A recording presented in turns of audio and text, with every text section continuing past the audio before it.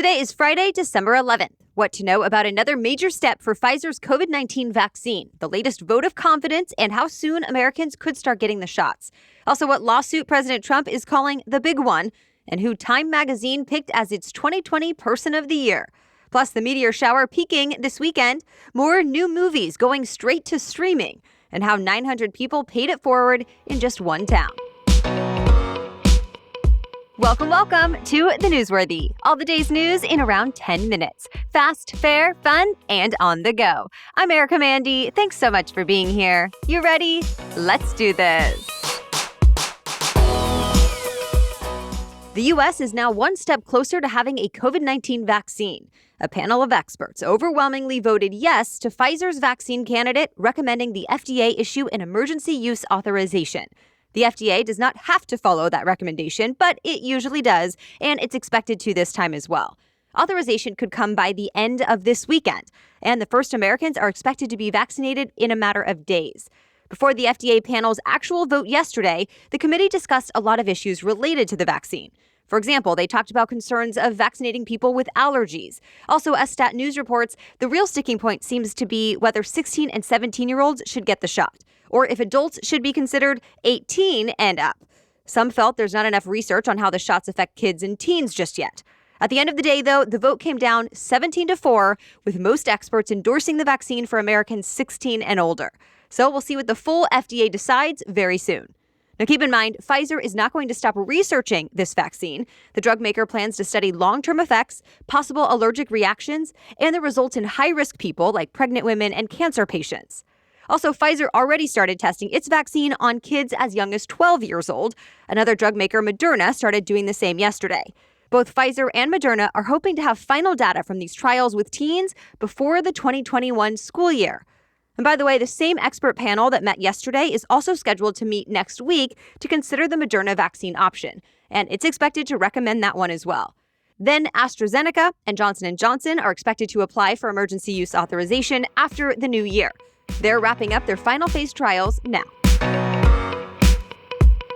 More than 100 Republicans in Congress are supporting a lawsuit that questions election results. That means roughly 1/4 of the U.S. House believes the Supreme Court should overturn the outcome of the presidential election. And President Trump is calling this case the big one. It all started with the Attorney General in Texas. He filed a lawsuit earlier this week asking the Supreme Court to overturn election results in Georgia, Michigan, Pennsylvania, and Wisconsin. All four are battleground states where President Trump won in 2016, but lost to President-elect Joe Biden this year, and the results have already been certified. However, this time around, the Texas AG says those states used the coronavirus pandemic as an excuse to illegally change voting laws that skewed the results. So he says those states' votes should not count. 106 GOP House members are backing that lawsuit by signing a legal brief. Now, keep in mind, some of them were actually reelected in those same states on those same ballots they're calling into question. But some other Republicans on Capitol Hill were skeptical about the suit or just avoided questions about it completely. Up to this point, there's been no evidence of widespread election fraud. Dozens of challenges have been thrown out in lower courts, and the Justice Department came to the same conclusion that there was no widespread fraud. Already, Pennsylvania, Michigan, and Wisconsin responded to this latest lawsuit, calling it bogus and absurd. So we'll see whether the U.S. Supreme Court will take up the case this time around. One more note, thousands of Trump supporters are expected to rally in the streets of the nation's capital this weekend. The group Women for America First is holding the event tomorrow. President-elect Joe Biden chose two more of his longtime colleagues to join his staff at the White House. First, Biden tapped Dennis McDonough to be his Secretary of Veterans Affairs. McDonough worked for President Obama, first as Deputy National Security Advisor and then Chief of Staff. Politico says Biden chose him because he understands government and is crisis-tested. But the choice is getting some backlash from veteran service organizations who expected the president-elect to pick a war veteran to lead the VA. This nomination does have to be confirmed by the Senate, so stay tuned. Next up, the president-elect picked Susan Rice to lead the Domestic Policy Council. Most analysts expected Biden to put Rice on his team, but not for this job, since most of her experience is in foreign policy. But Axios said Biden may have worried about Rice not being able to get through the Senate confirmation hearings that are required for foreign policy roles. When she was the UN ambassador during the Obama presidency, she often clashed with Republican senators at hearings. But this domestic policy position does not need Senate confirmation. So she'll be able to start right away on policy proposals involving immigration, clean energy, education, racial equality, and more. By the way, President-elect Joe Biden and Vice President-elect Kamala Harris together were just named Time Magazine's 2020 Person of the Year.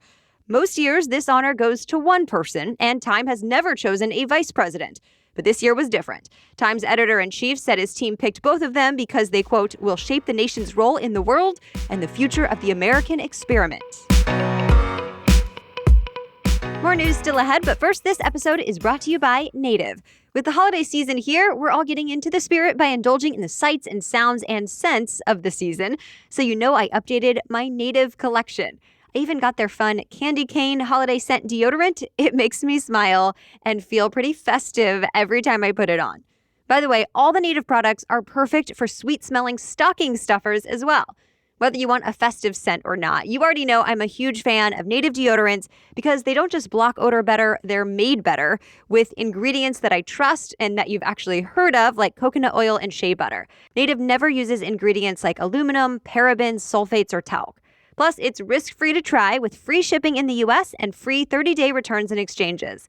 So shop Native's holiday collection today by going to nativedeo.com/newsworthy or use the promo code newsworthy at checkout and get 20% off your first order. That's nativedeo.com/newsworthy or use the code newsworthy at checkout for 20% off your first order. All right, now back to the news. Airbnb's public debut certainly made a splash. Shares closed at nearly $145 a piece yesterday. That's more than double how they started. The IPO was already the biggest of the year, and the closing price gave the home-sharing company a $100 billion valuation. This is despite the fact that it's had a pretty rocky year. Remember, its profits tumbled when the pandemic forced travelers to cancel their vacations, but the company has since rebounded somewhat. It's not quite making pre-pandemic money, but it's bounced back faster than traditional hotels. Either way, investors seem to be optimistic, and Airbnb is thrilled. At least one longtime college football rivalry lives on this weekend. The 121st Army-Navy game will happen tomorrow, just as it has through many crises, including both world wars. But because of COVID-19, it will not look or feel much like it usually does. For starters, it's being played at West Point's Michie Stadium for the first time in 77 years and for only the fourth time in history. Both schools agreed to move it from the usual site in Pennsylvania because Pennsylvania is limiting attendance on even outdoor events right now. But Michie Stadium is on the Army post, so it's not subject to local COVID-related protocols.